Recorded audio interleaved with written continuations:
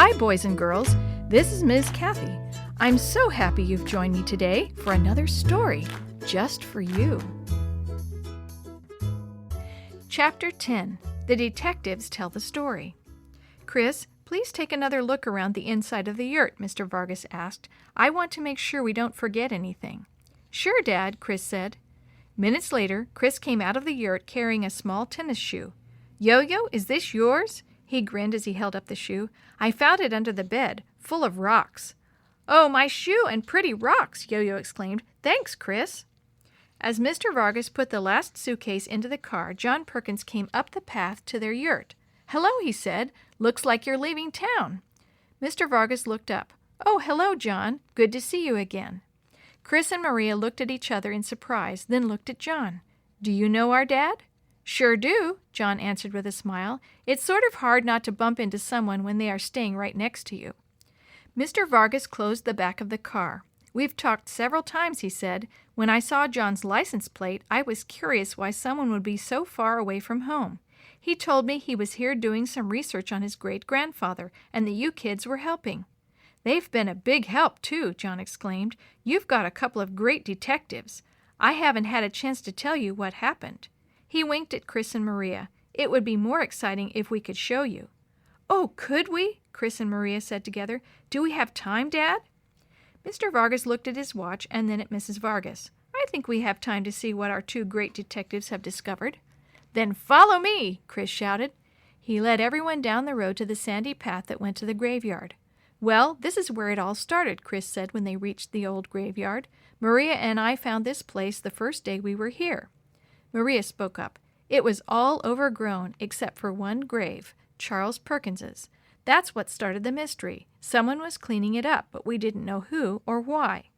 After we talked to the park ranger, we learned that the graveyard belonged to the Simpson family. They used to own all this land around here. Chris took over the story. The ranger also told us that Charles Perkins's father was once the lighthouse keeper, added Chris. After I met John at the lighthouse, Maria realized he had the same last name as on the gravestone. When we had a chance to talk to John, we learned that he was cleaning up the grave because it was his great-grandfather's. We also found out that he was trying to solve a mystery about the lighthouse and his great-grandfather. Then it was Maria's turn again. After John had the grave all cleaned up, we noticed this, she said as she pointed to the carving of the lighthouse on the gravestone.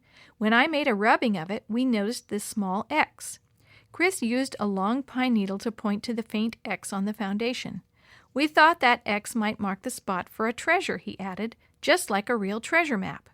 So, that took us back to the lighthouse, said Maria. Do we have time to go there? Chris asked Mr. Vargas. Of course, said Mr. Vargas. I want to see what you found. So where's the X? Asked Yo-Yo as everyone stood looking at the old lighthouse. Chris explained, there isn't an X written down. It just marked where something was hidden, and that's what Maria and I had to figure out next, where that place was. Chris finally figured out that we needed to be on the correct side of the lighthouse, Maria said. We needed the same side of the lighthouse that we could see on the rubbing. Chris held up the rubbing so everyone could see what she was talking about. Then he led everyone over to the side of the lighthouse where they had found the treasure. Charles Perkins hid something here, Chris said, pointing to the stone foundation. Can you tell where?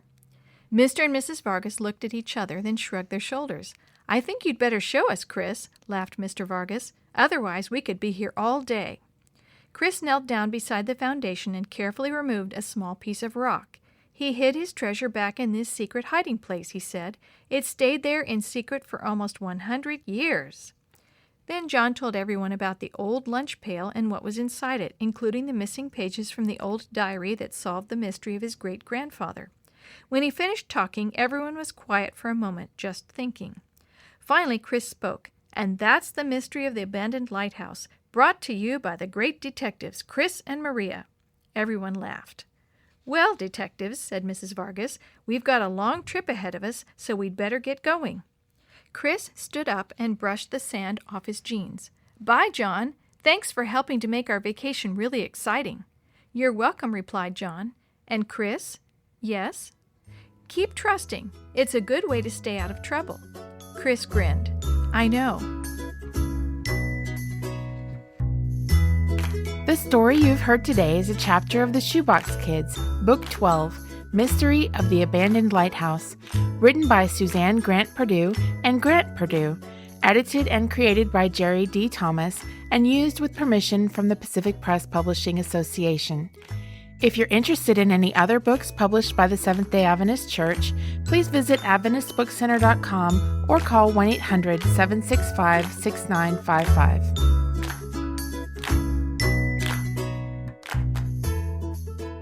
This podcast is a production of the Carolina Conference of the Seventh-day Adventist Church.